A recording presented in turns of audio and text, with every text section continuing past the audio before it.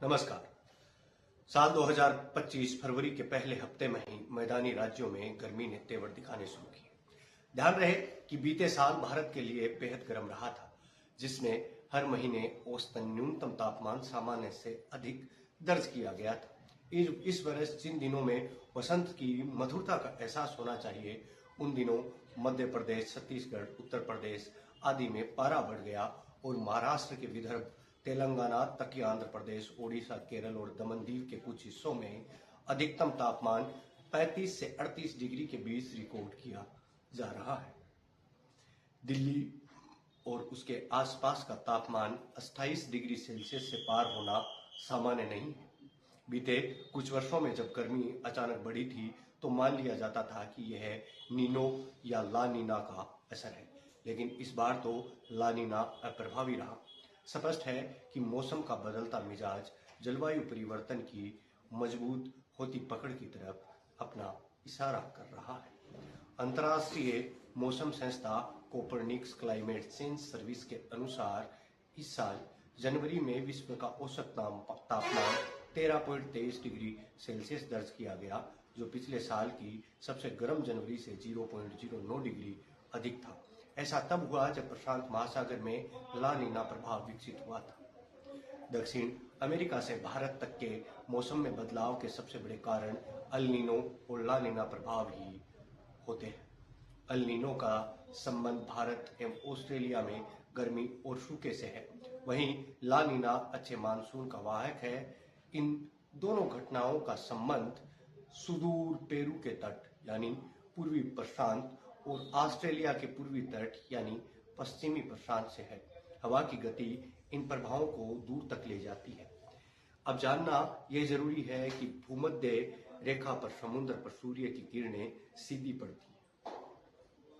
इस इलाके में पूरे 12 घंटे निर्बाध सूर्य के दर्शन होते हैं, जिससे सूर्य की ऊष्मा अधिक समय तक यहाँ की धरती की सतह पर रहती है।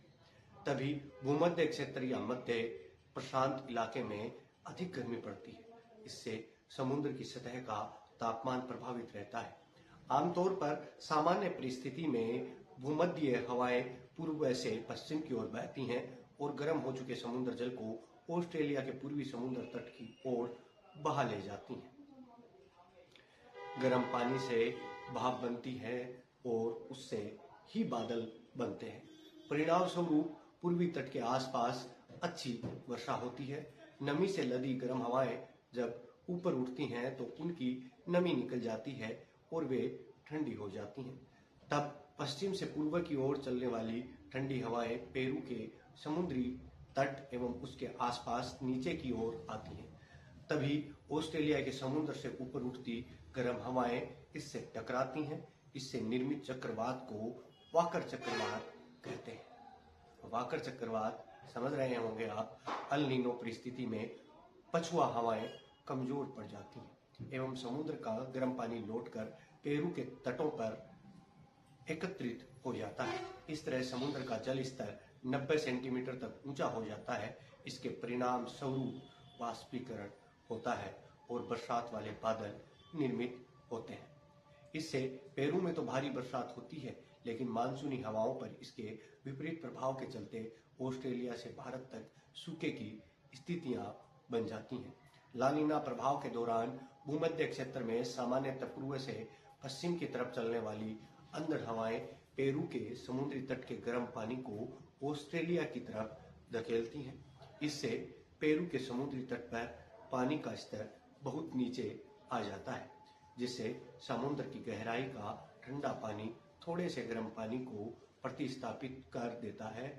इन दिनों ला नीना सक्रिय है, लेकिन आश्चर्यजनक तरीके से न तो भारत में वर्षा हो रही है और न ही पहाड़ों पर पर्याप्त बर्फबारी हो रही है।